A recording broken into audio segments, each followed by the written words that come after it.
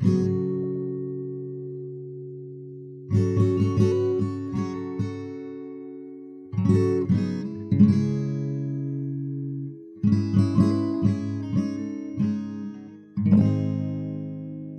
user interface is a means of interacting with some piece of technology, especially computers and other gadgets.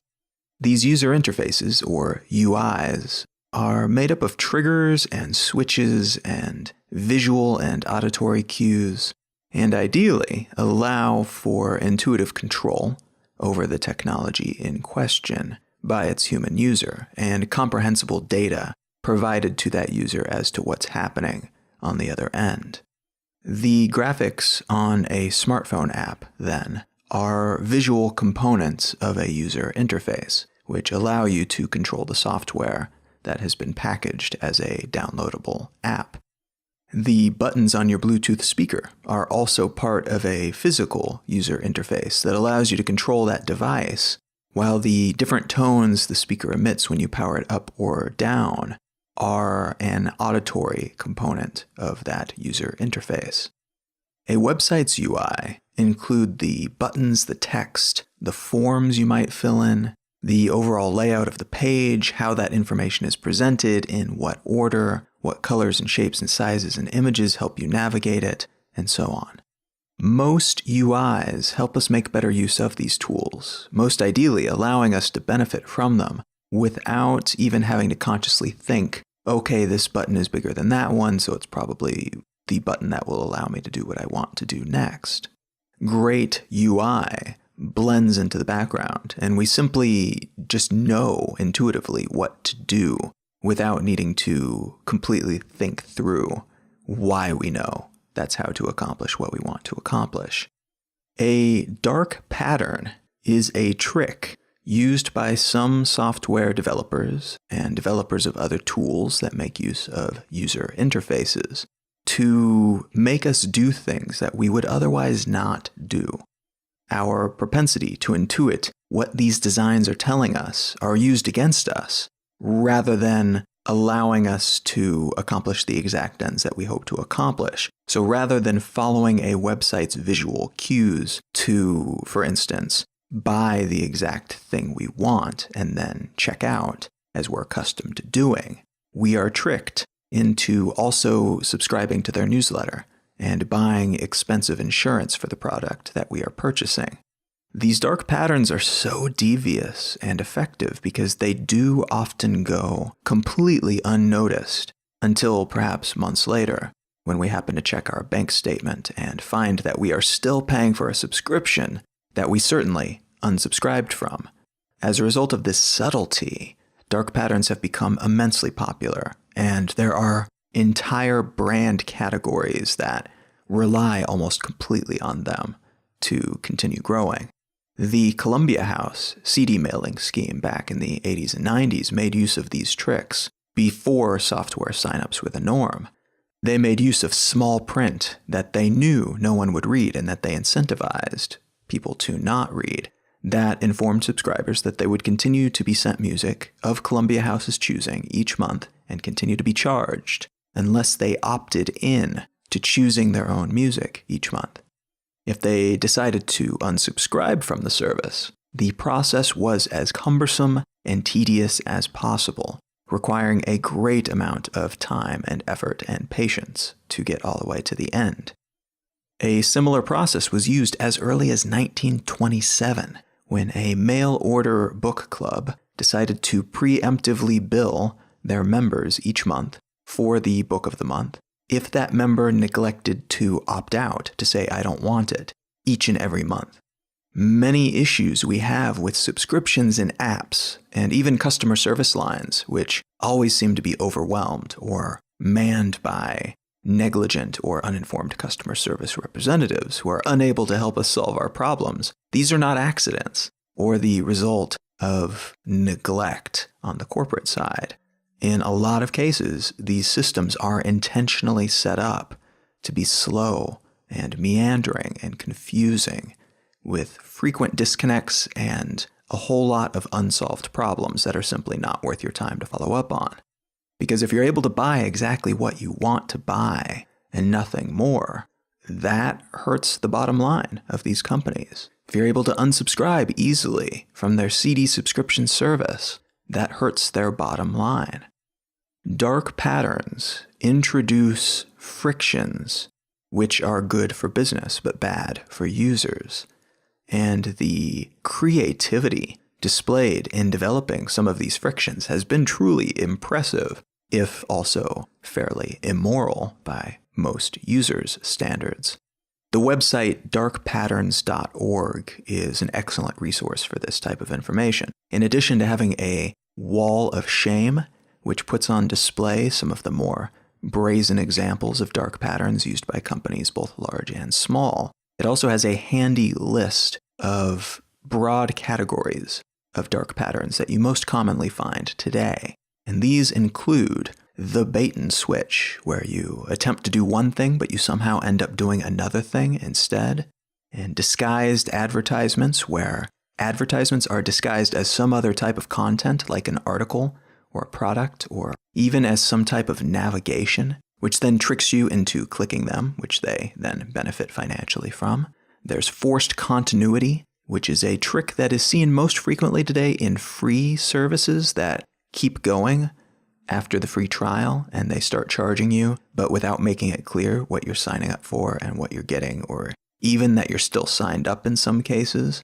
There's friend spam, in which information you provide for one purpose is then reused for another purpose, especially spamming your friends via email or social media with advertisements that seem to be recommendations from you. There's the hidden cost dark pattern, where additional fees or quote-unquote services are added to your bill at the very last step of a checkout process. There's misdirection, in which your attention is shifted to one part of the page or app to distract you from something that is happening elsewhere, including things like tiny legalese text that they don't want you to read. Price comparison prevention is a dark pattern where a retailer makes it difficult for you to compare their cost for particular goods and services with those found elsewhere. The Roach Motel dark pattern means that the UI makes it very easy for you to get into a certain situation, like a subscription, but very difficult to get out of it. One is called Sneak into Basket, which usually tricks you into adding additional things to your shopping cart by means of innocuous pre-checked boxes somewhere in the checkout process that indicate you want additional insurance or accessories that no one in their right mind would actually choose to purchase. There's the trick question dark pattern, which tricks you into responding to a question that seems to mean one thing, but actually means another, and which then consequently leads to outcomes that you do not actually like signing up for something or buying into an upsell of some kind. And then finally, there's privacy zuckering, in which you're tricked into sharing more information than you actually wanted to share, sometimes because not enough information is provided for you to be fully informed, and sometimes because the proposition is presented in such a way that sharing seems beneficial to you, when in reality it may be the opposite. And this particular category is, in fact, named after Mark Zuckerberg, the founder of Facebook, who essentially wrote the book on privacy zuckering. Now that said, that last dark pattern type, named after Zuckerberg, is considered by some to be more of a shady pattern than a dark pattern. That is, it's a user interface choice that is not intentionally deceptive, but rather just heavily favors a company's priorities over yours. It's maybe the consequence of a company not trying to trick you, but also not going out of its way to make more clear, unclear copy or design elements that might, if remedied, help you understand what you're giving up and why and who has access to it. And on Facebook and elsewhere, dark patterns flourish in many cases when a company applies their focus to certain numbers over user experience, which is much more difficult to quantify. Short-term gains in a chosen metric justify the use of dark patterns when seen through this lens, even though people over time grow to hate services which use dark patterns, and those services suffer from depleted reputations very often as a consequence. Now, what this means in practice is that dark patterns are a slippery slope. Their use might start out relatively tamely and innocently. For example, you might pre-check the box to sign up for your newsletter when customers are interacting with something else on your website. This action might result in a much higher number of newsletter signups, which then seems to justify the use of other small instances of user interface trickery. But the consequences of that method of acquiring signups is that there are then many people receiving your newsletter who do not want it and who didn't sign up for it or didn't think that they did, who then feel tricked, and your messages then may come to be perceived as spam. They may actually be spam through a lot of interpretations of what happened. Your metrics for signups then might go through the roof, but the negative consequences that take longer to manifest, or which are harder to quantify, might be lurking just around the corner, and they might be a much bigger deal than the benefit that you gain from that short-term burst in subscriptions. You sacrifice your long-term reputation and relationships for short-term gains in a single metric. Now, it's important to note that most of these dark pattern categories that I mentioned are questionable, but they're still legal. There's a company called Zynga, which makes popular social games like Farmville and Words with Friends. And they, in their newsletter, include the legally required unsubscribe button that all companies who put out newsletters have to add somewhere in the text of their missives. But they have changed the color of the unsubscribe text to match the color of the background. So although that button is technically there, you can't see it, you cannot find it. And this, to me, is a perfect example of a company that's doing something that is technically legal, but at the same time incredibly douchey. Now, the world of dark patterns has been a bit of a Wild West for a very long time, but today there are many companies that are facing lawsuits for practices of this kind, that they've taken just a step too far over the line, from a place where it's legal but douchey, like Zynga and their newsletter, to a place that is perhaps both illegal and douchey. You might have heard the names Stamps.com and Blue Apron before, but what you might not know is that these sites are, among many others, currently being sued for making it very difficult for people to unsubscribe once they have signed up for their services, and they will auto-enroll unsuspecting free trial members and charge them without making clear that they're going to do so once the free trial is up. Dark patterns are everywhere around us, and though they are almost always bad news for customers, the view from the other side, from those who use them, is that these are merely potentially useful tools, among many others that are available, that might help them achieve more success in the metric that they consider to be important. These tricks might make them unpopular, but it might also help them fill the coffers and pay the bills and compete against other companies who are drinking some of their milkshake. Now, what I want to talk about today is an essay that was recently written and published by someone who often makes choices that are derided as anti-user, while simultaneously celebrated by others because his actions and decisions keep the money flowing and the attention metrics climbing.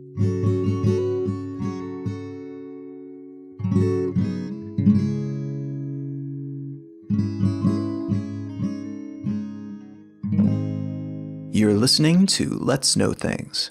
I'm Colin Wright. Let's Know Things is a listener-supported show. If you stop by letsknowthings.com and click on the Contribute page, you'll find an array of ways that you can help support the show, whether that means contributing monetarily or leaving a review on iTunes or sharing the show with a friend. Each and every effort in this regard is very much appreciated. A huge thanks to everyone who's contributed in some way already, and thanks in advance if you're considering doing so. Another great way to help support the show is to check out our sponsors. If you go to audibletrial.com/LKT, you will receive a free 30-day trial of Audible and get a free audiobook of your choice. Stay tuned till the end of the episode and I will give a book recommendation upon which you can spend that credit. And the other sponsor today is HostGator, the hosting company that I have gladly used for many years. If you go to hostgator.com/LKT, you will receive a substantial discount off of their already very reasonable prices. All right, let's get back to the show.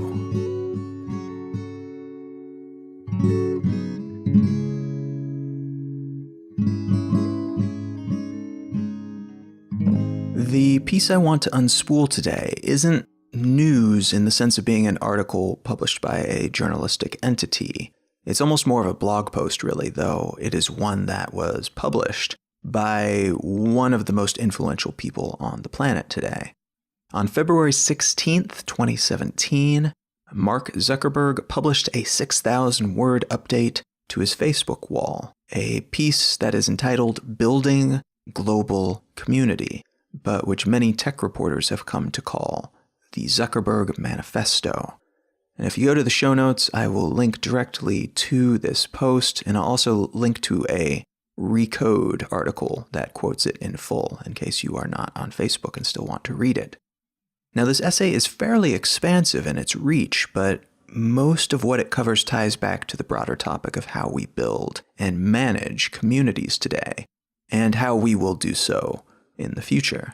Zuckerberg touches on some topics that he and Facebook have been called out for over the past year or so, like the preponderance of fake news and link bait articles on the social network, and the filter bubbles that the site's algorithms help strengthen, alongside topics that have been concerns since the very beginning of Facebook, like privacy, the network's utility, and how it adds to and subtracts from public discourse.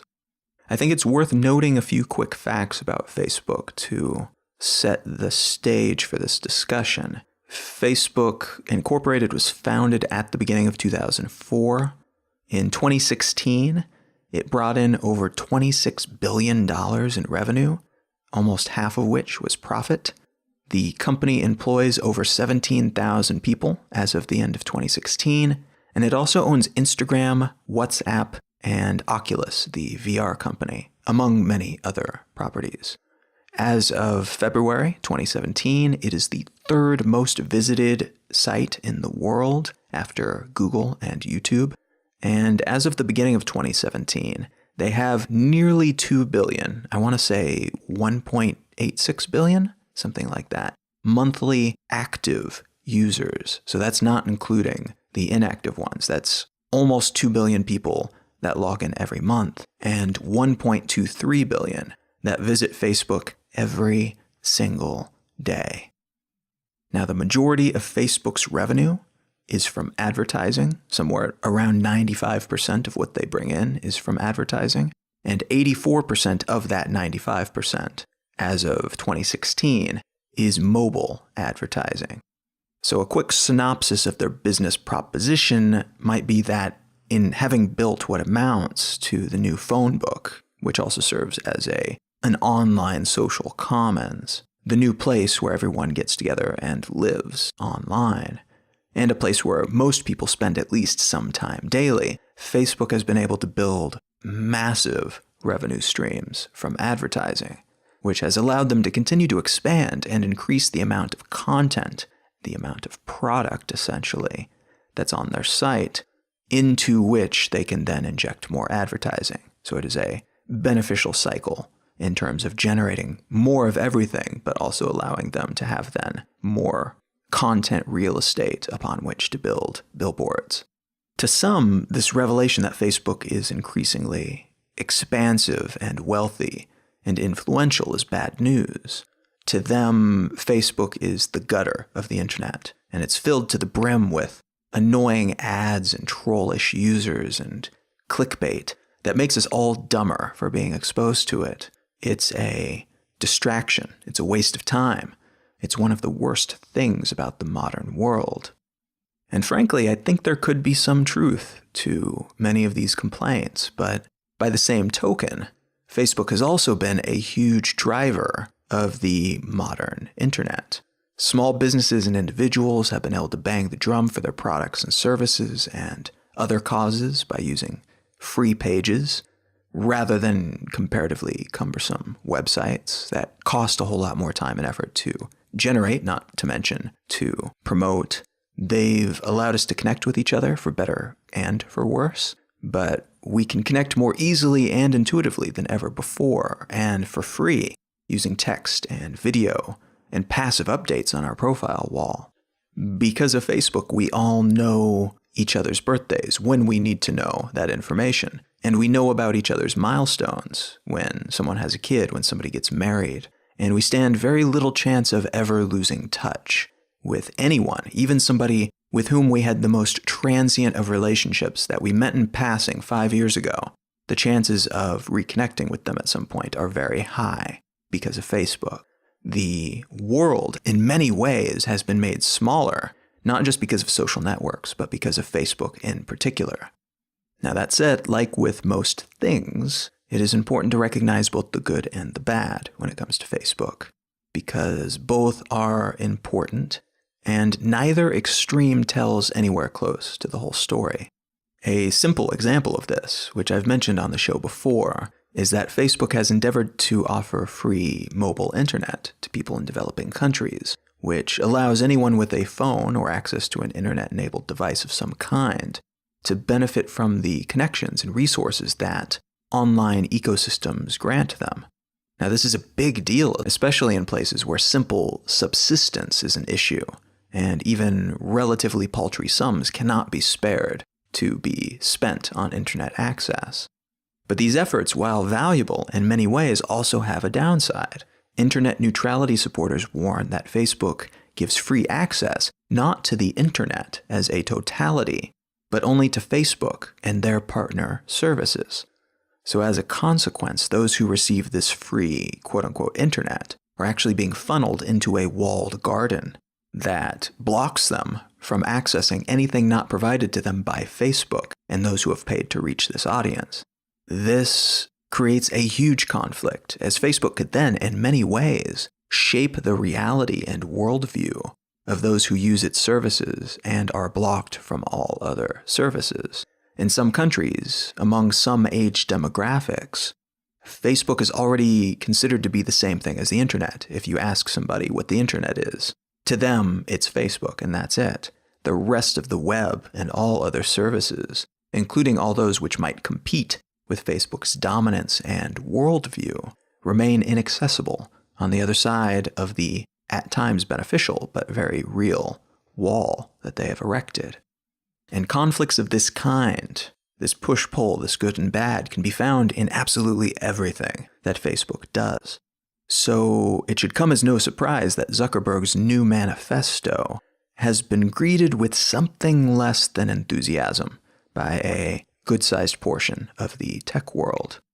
I will link in the show notes to some of these response think pieces that were written after the essay was published. But to give you an idea of what they contain, there was a piece published on Recode entitled, "Mark Zuckerberg Wants Facebook to Have More Power in Our Lives, and We Should Resist." And there was another published on The Atlantic entitled, "The Mark Zuckerberg Manifesto is a Blueprint for Destroying Journalism."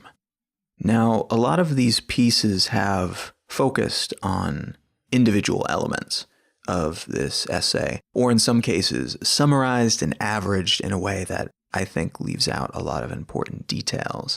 There's a telling quote in the manifesto that I want to share with you here that, to me, expresses pretty well what Zuckerberg is trying to say on the whole across those 6,000 words. Quote, "History is the story of how we've learned to come together in ever greater numbers, from tribes to cities to nations. At each step, we build social infrastructure like communities, media, and governments to empower us to achieve things we couldn't on our own.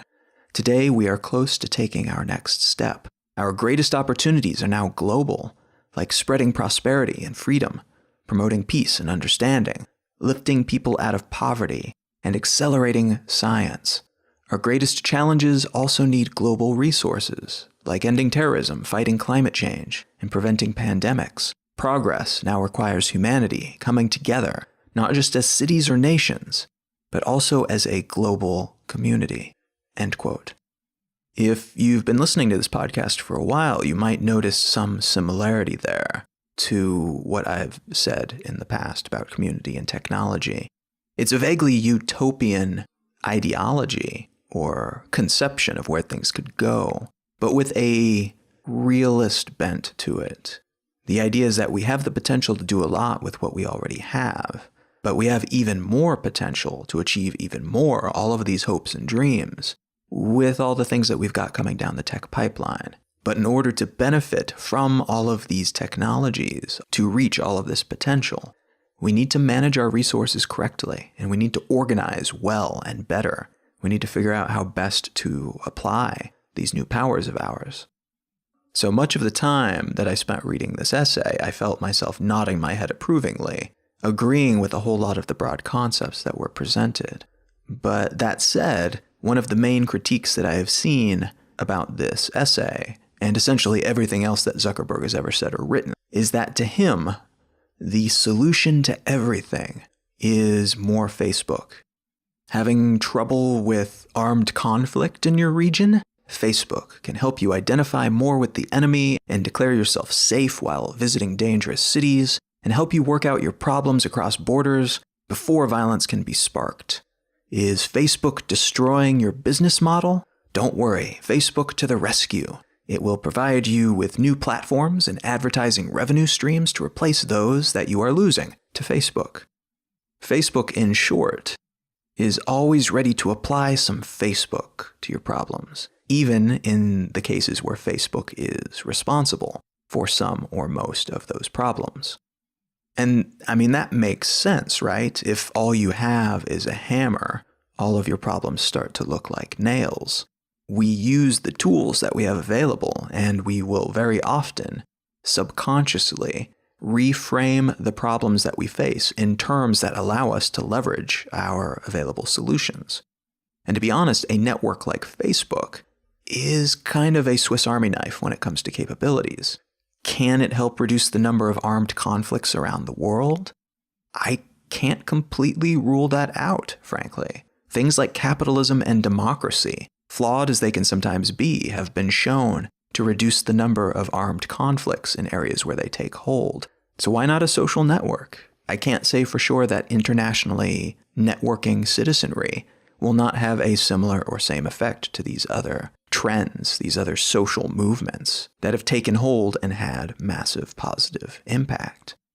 The trouble is, even if a network like Facebook does prove to be a solution in some of these cases, it is still a solution that is flawed, and perhaps critically so, at a fundamental level. I mentioned before how utterly dependent Facebook is on advertising, and as such, its existence and continued growth, the latter of which is required to be perpetuated because it is a corporation with investors. And that growth then depends on increased interactions and participation by users. Facebook needs more eyeballs and clicks to survive, and not just one batch more. It needs to consistently, always, forever, have more and more coming in. It needs to slap autoplay videos on every surface it can find, and it needs to bring in ever more people into the fold, because if it does not, it will slowly, or perhaps even quickly, collapse under its own weight. As a consequence of this existential property of the network, there is a bias toward attention mongering in everything that Facebook does. Yes, it allows people around the world to connect to a version of the internet that is centered on Facebook and its partner services, which is valuable. It's better than nothing. But the solution is only viable to Facebook because it brings in more attention, more clicks, more likes, more interactions. Every single move the company makes can be framed this way. And though it's often dressed up in the language of larger beneficent causes and benevolent purposes, the core sensibility that determines its actions are purely mercenary. It's about the money. And frankly, it being a business entity, that makes perfect sense. It arguably shouldn't, and perhaps even can't, legally, go off on tangents that do not in some way connect back to that core utility of making money, of continuing to expand, of benefiting the shareholders. That is how corporations work, and unless something radical changes in the flavor of capitalism that we adhere to in the United States, and for the most part globally, that is how they will continue to operate.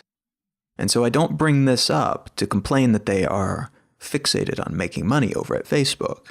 I bring it up to note that when someone claims to have a solution to a major problem, it is a very good idea to check their premises, to figure out what they have to gain, why they want to fix things the way that they want to fix things, and how they measure success. In this case, I'm guessing that Mark Zuckerberg really does want to change the world for the better, whatever that word happens to mean to him, and that his ambitions on that front may very well be as pure as advertised. But to promote Facebook as a salve for all that ails us is disingenuous, because its priorities are different from ours. Yes, they may overlap at some junctures, but the big picture is that Facebook will do things that help its bottom line, and success will be measured by the money metric and nothing else. Anything else gained as a byproduct of those efforts will be the things that are most loudly promoted in their public-facing PR. But what determines which of their efforts continue to have funding and what is severed to refocus on other things is how much wealth it brings into Facebook's already bulging bank account. Another important element to the story is one that has become quite common, but is not often questioned in the press that surrounds these types of stories. And that is the idea of the tech titan as savior figure. These immensely wealthy entrepreneurs, very often coming from the tech world, bring their massive intellects and resources to bear on problems in other industries. And the mythology states that they then solve them, where no one else, even experts in their fields, stand a chance. This is a pernicious issue because in many well-promoted instances, we have actually seen a great deal of disruption from very specific types of people operating in very specific sorts of fields. The power that these people wield is immense, in part because they do have so much wealth and influence, which allows them to bypass traditional gatekeepers and invest large sums in issues where before there had only been maybe a trickle of money, but also because they understand the amplifying power of the sorts of systems used by modern technologies, like algorithms and big data. By collecting immense amount of information and crunching those numbers for insights that might have otherwise been ignored, including by traditional experts in the fields in question, tech-savvy outsiders can sometimes recognize issues and opportunities that would have otherwise remained invisible, and use those insights to instigate change in a field where they otherwise know nothing, and in which they have no professional experience or credibility. Now that's the storyline that we tend to see, but things don't always work out that way, and success stories are far less common than attempts which lead to nothing. But it does happen frequently enough that we've built up a kind of modern monomyth around it, and around these individuals who become stand-ins for entire groups of people, in a way, for entire industries, and we romanticize their efforts. They are smart, and they're often brash, or maybe even antisocial or vaguely sociopathic. They're good with technology. They won't take no for an answer. They have worked their way through some kind of adversity, and they've shown us a better way to live and can do so again. It's a great story, and it does even happen sometimes. And it's inspirational in a lot of ways. We don't think about their big bags of money that they're swinging around to make things happen, or the infrastructural privileges that they very often start out with. What we see are people who know that they are right, and who are acting upon that knowledge, even when everyone else tells them that they're wrong. And this is a global thing, but it's become especially celebrated in the United States, as it aligns really well with many of our stubbornness-celebrating national founding myths and cultural attitudes. Some people hoped that Donald Trump would be this kind of figure in the world of politics. A successful business person steps into the White House and shakes everything up and disrupts the status quo and shows those old dusty gatekeepers a better way to do things. There have even been rumors that Mark Zuckerberg himself might be priming for a presidential run someday. This, at the moment, seems to be more wishful thinking than fact-based analysis, but it does seem like a compelling idea that demonstrates just how much appetite there is for this type of theme in the public sphere. When such characters do take power, however, the reality is often different than the dream. Very often the dismissal of traditional ways of doing things leave many people out of work or no longer relevant, the very nature of their industry having changed so dramatically in such a short period of time, and being reshaped to the whims and the success metrics of somebody from outside. This is true whether we're talking about energy production or journalism. The CEO of Uber is considered to be a major disruptor of not just the taxi industry, but also the automobile industry. And in disrupting, he's also broken numerous laws in many countries around the world, engaged in incredibly shady behavior, including surveilling and threatening journalists who were writing pieces about him and his company. And he's allowed what's purported to be an incredibly sexist, opportunistic, unsustainable corporate culture to grow under his watch, a toxic corporate culture that's been recognized by people in the industry since the beginning, but which has only leaked out beyond the tech world recently due to the brighter shine of the disruptor monomyth surrounding Uber and those who run it. Now, has Uber made some incredible changes to several industries, and many of them positive? I personally believe that they have. Are all the consequences of that disruption and the person doing the destroying and the rebuilding positive additions to the world? Are they people that are worthy of unquestioning celebration? This is less clear, but I think the most polite thing to say is that it's a very mixed bag, and each case should be taken individually. The myth bubble popped, and the real people behind the stories assessed to see who and what we are actually dealing with. We should not take anything without question, even if all of the outcomes seem to be positive ones at first. Now, the one thing that all these tech superstars and movers and shakers and entrepreneurs all have in common is that they have succeeded wildly by the central, most vital metric, according to most people's standards, and that is that they've made a whole lot of money. And many of them are doing some very socially beneficial things with that money beyond the businesses that have made them wealthy. In Zuckerberg's case, he and his wife have promised to give away 99% of their fortune before they die. That doesn't necessarily mean that they're going to give up their billions to charity. It'll likely be some combination of charities and private companies and individuals and research projects. But it is a noble ambition, I think, or rather a collection of noble ambitions that I think speaks well to them as human beings. One of the main goals of the Chan Zuckerberg Initiative, as their project to give away all their money is to cure all disease. Bill Gates and other tycoons have made similar promises about doling out their resources, each with different end goals in mind, aligning their spending power with their interests to see what they might do about some of the most pressing challenges facing humanity today.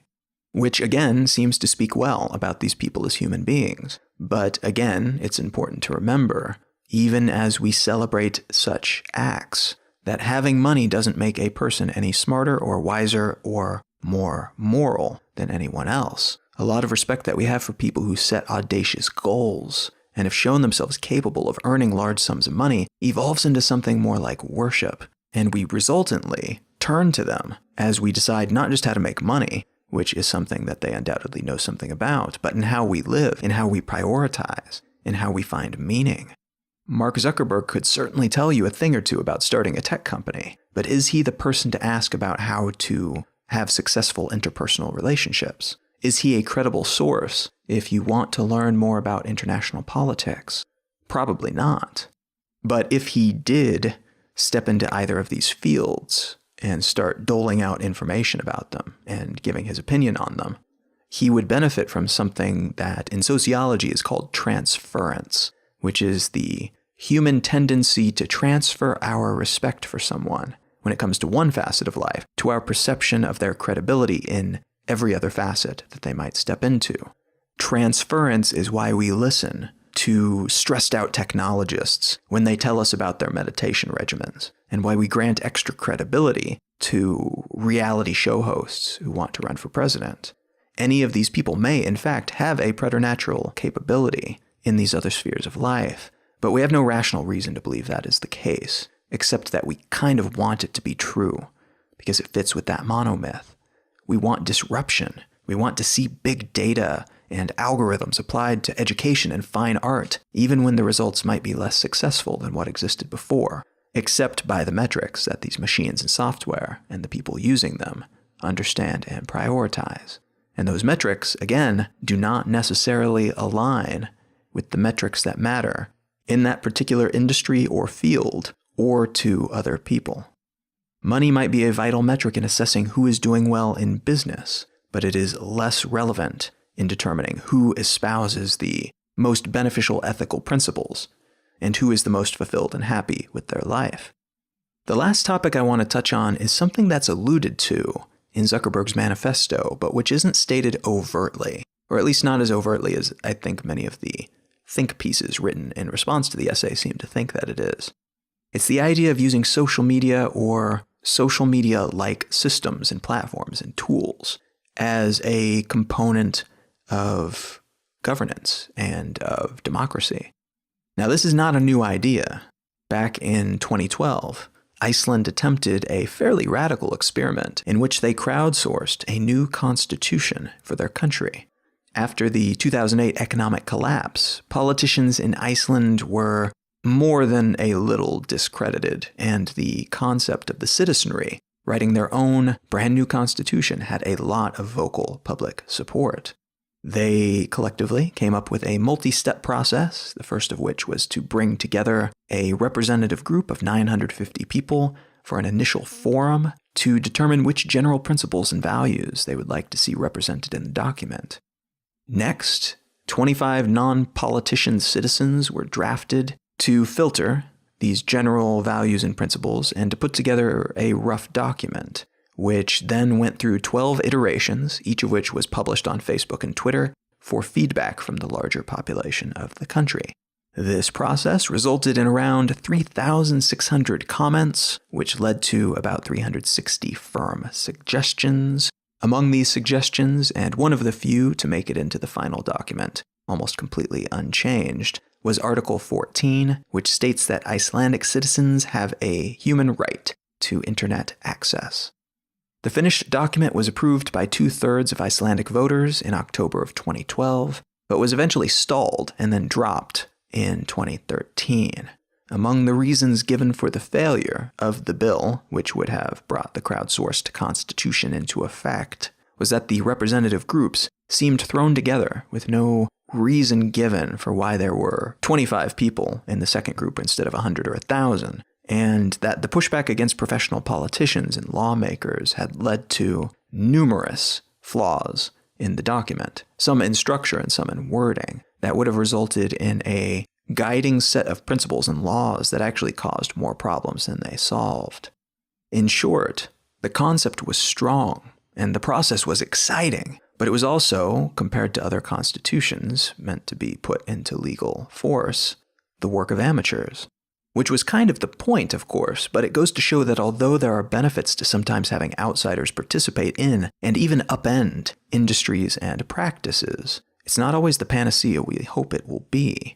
I don't want someone who's never held a wrench to start redesigning the piping in my home, nor do I want someone who's never made toast to run a restaurant that I've invested in. There is, I think, immense potential in using social media-like tools as part of a more structurally sound existing democracy. Part of why representative democracies made so much sense for so long was that, one, it was cumbersome as hell to conduct elections and election-related tasks as the populations grew, and two, a large percentage of the populace wasn't educated enough to fully participate, to understand the process, and were not informed enough to understand why they should even care. Electing local representatives and allowing those representatives to elect higher representatives and up and up and up, all the way up to the top of the political hierarchy, meant that the will of the people still meant something, but that will could be refined and shaped into something that was enforceable and widely comprehensible in the legal sense. We still, of course, face many similar problems today, and we still have unequal access to foundational resources like education and communication technologies. Alongside food and shelter and safety, I think that ensuring every member of a society has these bare basics would go a long way to solving many of the problems that we currently lay at the feet of more complex institutional issues, at least in part unfairly. And the democratic process itself, if made more direct, would allow for some very interesting developments in how we govern.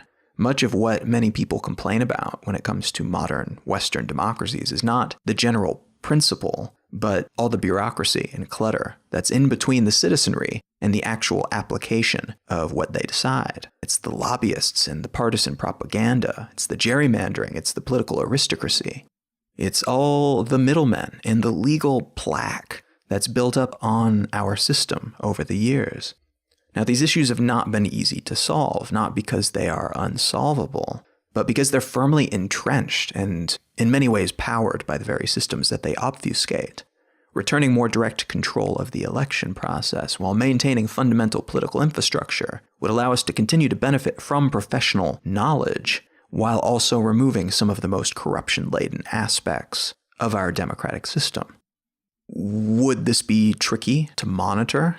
Oh yes, it absolutely would be. Would it be confusing at first, and perhaps even scary to those who don't fully understand why such a big change is occurring and how it works? Yes, I absolutely think so. Would new mechanisms of corruption arise to take advantage of this new system? Almost certainly. And would existing middlemen and corrupt institutions fight tooth and claw to keep something like this from happening? Unquestionably. Till their dying breath, they would fight this. But it still seems that simplifying a complex process might be one of the better ways to not just shine light on a lot of the shadowy areas that currently exist, but also to bring what's become an Olympian process back down to earth, to a level where anyone can participate and see the results of their participation. A mechanism that would allow a vote to be a vote and would empower elected officials to more quickly and accurately take the pulse of the public, adjusting their policies and actions accordingly, would no doubt encourage greater participation, but also greater preparation to participate in terms of educating oneself about the issues than what we have today. Is this what Zuckerberg means when he talks about the potential of social media in the political space? It's hard to say. He paints with a broad brush and alludes to much, but probably wisely, doesn't give too many specifics. I'm guessing that any Facebook-related solution he might someday propose would be biased in the same way that all Facebook efforts are biased towards attention and clicks rather than, for example, simplifying the political process. It's a valuable exercise to imagine how we might take what we've learned or what we've earned from one facet of life to move it to another, applying asymmetrical force to something that might benefit from a little change, a little disruption. But it's also important to remember that behind each effort of this kind is a set of priorities and biases and metrics of success which may or may not align with those held by the people who will be most impacted by those changes. This doesn't mean we should fear disruption and change, but it also doesn't mean we should worship it. Ideally, we take each case individually. We take some time to wipe away the hype and the PR spin and see what's powering the intentions of those involved, and from there we can decide which efforts stand the best chance of bringing about positive outcomes that we would like to see, and which ones are better ignored, or in extreme cases, hamstrung before they can cause any real damage.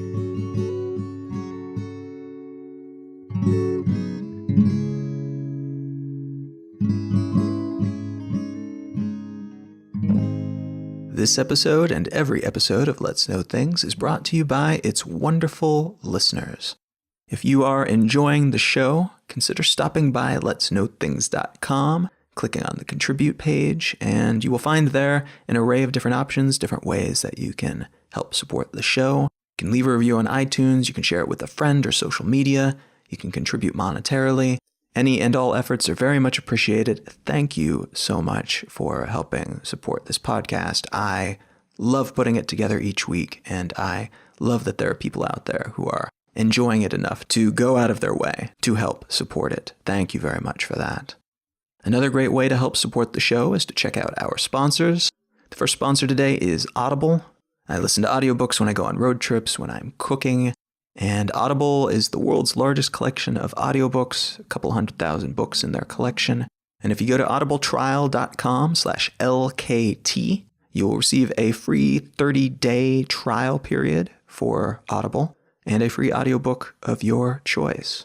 And that trial, by the way, does not use any dark patterns. It's very easy to quit if you do not enjoy it, or if you just want to try out the free period, get that free book, and then leave it behind. I do not work with companies that utilize dark patterns if I can avoid it. So do not worry in that regard. And if you do choose to try it out using this link and you get that free credit, might I suggest you spend it on the new Yuval Noah Harari book, Homo Deus. You might recognize Harari's name. He wrote the incredibly well-regarded and respected book Sapiens, which I believe was one of the biggest books of 2016. It was one of my favorite books by far of 2016. So I immediately pre-ordered Homo Deus when I found out about it. And while Sapiens looks backward into the history, a very complete and well-rounded history of the human species, Homo Deus looks forward, and it does touch backward a little bit to create a good foundation from which to start the conversation. But he does an amazing job of looking at where things might go next, and in particular, how these things might change us as individual organisms, but also as societies. What it might look like if we become Homo Deus, like a deified human being, essentially, if we become so powerful that our concerns become less about feeding ourselves and not getting sick, and more about greater purpose, and more about how we apply the new powers that we have given ourselves through technology and through the new ways that we've learned to organize. So I just finished listening to the audiobook version of Homo Deus yesterday, and the entire time I was listening, I found that I was completely enthralled. And I had to stop the narration several times just so I could sit and process some great big knowledge bomb that was just dropped on me. It's that type of book. Sapiens was as well. Both of these books will hit you hard if you pay attention to what's being said. And it's definitely a book that's worth picking up, whether you want to buy the paperback version or the ebook version. If you want to get it at your local library or local indie bookstore, on your Kobo or your Kindle, all are wonderful options. But the audiobook version is stellar. It's very well narrated, and you can get that for free if you go to audibletrial.com/LKT. And the other sponsor today is HostGator, the hosting company that I have very happily used for many, many years. It's great for tiny little projects like starting up your own self-hosted blog, and great big projects like hosting the website for your company or starting a business and building out your brand on the web. If you go to hostgator.com/LKT, you can check out the services that they have available and receive a substantial discount that they offer to listeners of Let's Know Things. Hostgator.com/LKT, it's a great way to save some money with whatever project you have in mind, hosting related, while also helping to support the show. You can find the show notes for this episode and every episode at letsknowthings.com, and while there, you can also subscribe to the weekly newsletter, which is actually just a collection of interesting things that I send out every Monday. You can find out more about me and my work at colin.io, and you can find me pretty much everywhere on the internet, all the social networks, at Colin is my name. Though on Facebook, I should mention, I'm just Colin Wright. And you can read my blog at exilelifestyle.com. Thank you so much for listening. I am Colin Wright, and I will talk to you again next week.